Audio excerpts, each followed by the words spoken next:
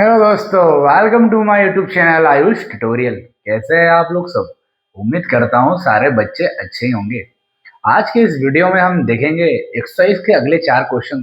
5 5 और 4 के 3 वीडियोस हम बना चुके हैं, मतलब हमारे 14 क्वेश्चन हो चुके हैं, 14 क्वेश्चन। आज हम अगले 4 क्वेश्चन करने वाले हैं। तो चलिए हम स्टार्ट करते हैं। सिर्फ 10 मिनट का वीडियो, सभी बच्चे ध्यान से देखें। इधर क्वेश्चन नंबर 15, 16, 17, 18 हम देखते हैं। यहाँ पर क्वेश्चन बहुत ज्यादा सिंपल क्वेश्चन है हमारे। कैसे सिंपल है देखिए। पहला क्वेश्चन बोल रहा है हमको 15, 15, 16, 17, 18। 15 क्वेश्चन बोल रहा है अ पंप, एक पंप है। वो पंप कहाँ पर है? ग्राउंड पर है। A pump on the ground floor building of a building can pump up water up to fill a tank of a volume 30 metre cube. जो कितना वॉल्यूम है, जो हमारा पानी की टंकी है उसमें जो वॉल्यूम है वो है 13 मीटर क्यूब। इतना पानी की टंकी वहां पर है, मतलब इतना वहां पर पानी स्टोर हो सकता है टंकी में। इतनी कैपेसिटी है उसकी है। और टैंक कितने दूरी पर है? हाइट कितनी है? 40 मीटर की दूरी पर है टैंक, मतलब इतनी हाइट है। इफिशियंसी भी हमको दे दी पंप की। जो पंप है, यहाँ नीचे पंप है जो कि पानी ऊपर भरने में काम में आएगा। ऊपर हमारी टंकी है, ये पंप जो है पानी ऊपर भरेगा पंप के माध्यम से। इफिशियंसी कितनी है उसकी? इफिशियंसी कितनी है? 30% है। 30% क्या उसकी इफिशियंसी है। हमको कुछ सिंपल सी चीजें बोल रहा है। क्या बोल रहा है? हमको हमको निकालना है हाउ मच इलेक्ट्रिक पावर। हमको निकालना है कितना इलेक्ट्रिक पावर पंप कंज्यूम करेगा। How much electric power is consume by the pump. तो कितना कंज्यूम करेगा? जितना कंज्यूम करेगा उतना ही पानी ऊपर पहुंचाएगा। मतलब ये हमारी कौन सी पावर होगी? जो इलेक्ट्रिक पावर जो कंज्यूम कर रहा है स्टार्टिंग में, इनपुट पावर रहेगी हमारी। क्या रहेगी? Input power. तो हमको निकालना क्या है? हमको निकालना है इनपुट पावर। अब इफिशियंसी का फॉर्मूला क्या होता है? Output power upon input power into 100। Into क्या हो जाएगा? 100 हो जाएगा। यहाँ पर हमको इनपुट पावर निकालना है, तो इनपुट पावर का फॉर्मूला बन जाएगा output power upon efficiency eta into 100। देखो इफिशियंसी तो हमको दिया हुआ है 30, हमारा इनपुट पावर निकल जाएगा कि कितने पावर से वहां पर हम सप्लाई कर रहे हैं, वो वाटर सप्लाई कर रहे हैं टंकी तक। ठीक है, तो इफिशियंसी कितना है? 30 है, और 100 एज इट इज। अब आउटपुट पावर हमको नहीं पता, तो आउटपुट पावर हम निकाल लेते हैं। यहाँ पर ऊपर निकाल लेते हैं।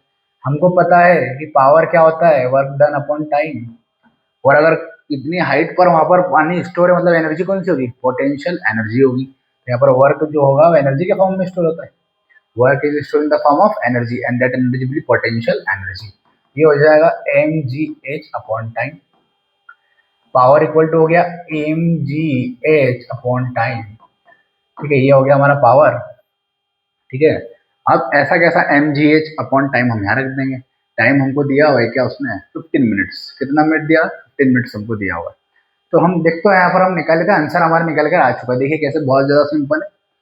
यहाँ पर हमको m की वैल्यू क्वेश्चन में नहीं दी हुई है। मास ऑफ वाटर, पानी को सप्लाई कर रहे हैं, तो मास ऑफ वाटर हम निकाल लेते हैं।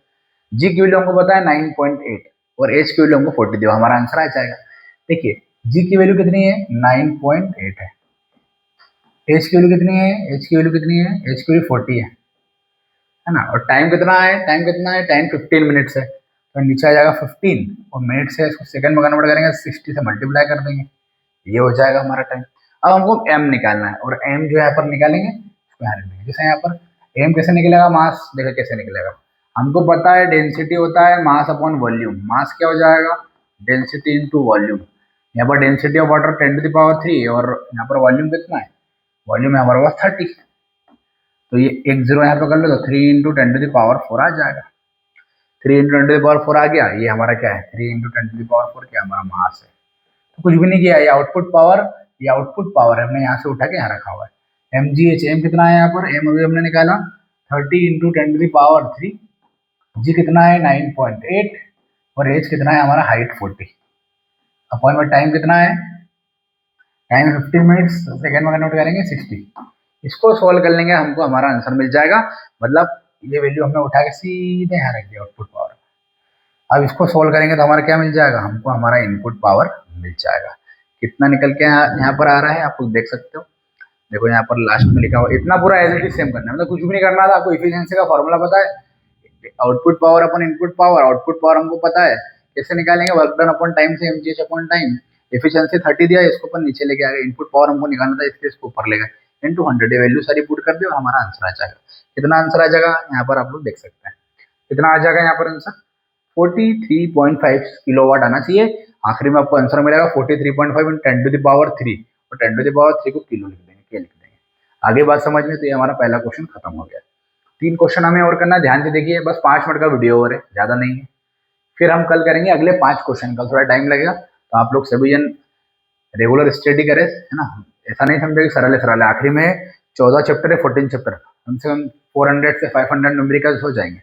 आप लोगों को अभी लग रहा है कि आ रहा सरल नहीं, है प्रैक्टिस करना पड़ेगा। जितनी प्रैक्टिस करोगे उतने जीवन में उतने आगे चलते चले जाओगे, ठीक है। देखिए अगला क्वेश्चन हम करते हैं। Two identical ball bearing in the contact with each other resting on the frictionless table or hit head on by another ball bearing of the same mass moving initially with the speed of मतलब यहाँ पर हमारे पास 2 ball है जो कि rest पर है और कोई पहली बॉल यहाँ पर आके इससे टकरा रही है, मतलब इनिशियली ये दोनों रेस्ट पर है, पर ये जो बॉल आ रही है उधर जाके टकरा रही है, ठीक है, बिफोर कोलिजन। और आफ्टर जो करेक्ट रिजल्ट निकला वो क्या निकला, यहाँ पर तीसरा हमारा ऑब्जेक्ट चलने लग गया। अब वो बोल रहा है कि इनिशियली स्पीड भी, ठीक है, जब कोलिजन इज इलास्टिक, तो which of the following result are collision after collision. तो यहाँ पर हमको 3 कंडीशन है, क्वेश्चन यहाँ पर आधा अधूरा, थोड़ा आप लोग बुक में एक बार चेक करना, वहाँ पे डायग्राम थोड़ा बड़ा बना हुआ है, वहाँ पे अपन को चेक करना है कि इलास्टिक कोलिजन हुआ कि नहीं। तो इलास्टिक कोलिजन वहीं पर होगा, इलास्टिक कोलिजन वहीं पर होगा। ये क्वेश्चन का डायग्राम मैं आपको बता देता हूँ, बहुत ज्यादा सिंपल है। इलास्टिक कोलिजन वहीं पे होगा जहाँ पर क्या होगा, काइनेटिक एनर्जी कंजर्व होगी, मतलब काइनेटिक एनर्जी सेम होगी। अगर काइनेटिक एनर्जी सेम आ जाएगा मतलब वहाँ पर हमारा जो कोलिजन होगा वो इलास्टिक कोलिजन हो जाएगा। देखिए जैसे हमको यहाँ पर डायग्राम बना हुआ है, जैसे मैं आपको बता देता हूँ, जैसे यहाँ पर डायग्राम बना हुआ है, ये हमारा जो वी है, ये पहला ऑब्जेक्ट है, पहली बॉल है, ये दूसरी तीसरी बॉल है, ये रेस्ट पे, इसलिए इसके वी कितना है, वी या यू कितना है, 0 है। ये पहली बॉल है, इससे इसकी वेलोसिटी है, ये इनिशियल कोलिजन है, मतलब पहले की बिफोर कोलिजन की बात कर रहे हैं।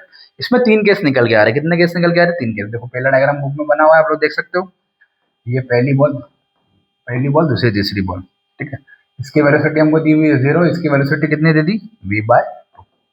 यही बॉल एक बार ऐसे जा सकती है, यही बॉल एक बार एक और यहाँ पर रिजल्ट दिया हुआ है, देखो बता देता हूँ, और एक बार यहाँ पर दिया हुआ है। तो यहाँ पर देखो बस 1 मिनट का क्वेश्चन खत्म हो गया, 1 ही मिनट का, ज़्यादा नहीं, देखना ध्यान से। डायग्राम बुक में से आप लोग बना सकते हो चाहो तो, ये यहाँ पर हो गया, ये वेलोसिटी यहाँ पर 0 हो जाती है, यहाँ पर वेलोसिटी v हो जाती है। इस कंडीशन में तीनों ऑब्जेक्ट साथ में आ गए और यहाँ पर जो हमारे वेलोसिटी हो गई वो v/3 हो गई। अब ये 3 कंडीशन आपको दी हुई है, फर्स्ट सेकंड थर्ड। अब वो तीनों कंडीशन में आपको बताना है कि कौन सी काइनेटिक एनर्जी होगी, कंजर्व या नहीं होगी, इलास्टिक कोलिजन हुआ कि नहीं होगा। कुछ भी नहीं करना है, हम देखो यहाँ पर हाफ mv² आ रहा है, क्या आ रहा है, हाफ mv², ये हाफ mv² और यहाँ से भी क्या निकल के आएगा, हाफ mv², ये 0 हो जाएगा, ये 0 हो जाएगा, तो ये पूरा 0 हो जाएगा।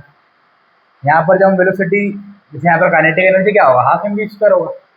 अब इधर चेक कर लो किसमें हाफ mv² हो रहा है, सेकंड वाले में होगा बस, बाकी में इलास्टिक कोलिजन शो नहीं करेगा, क्योंकि यहाँ पर v/3 यहाँ रखेंगे kinetic energy, half mv², half m, v की वैल्यू कितनी हो जाएगी, v/3, कितना हो गया, ये हाफ mv²/9, या 9 आ गया, पर यहाँ 9 है क्या, नहीं है, यहाँ पर तो हाफ mv²।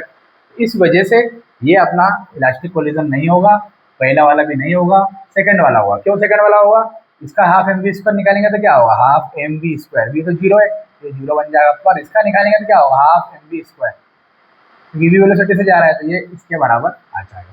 तो सेकंड वाला जो कंडीशन है वो हमारा इलास्टिक कोलिजन होगा, काइनेटिक एनर्जी सेम होगी, बाकी नहीं होगा। चलिए डायग्राम बना के आप लोग इतना कर सकते हो, यहाँ से चाहो तो यहाँ से लिखना चाहो तो लिख सकते हो, ठीक।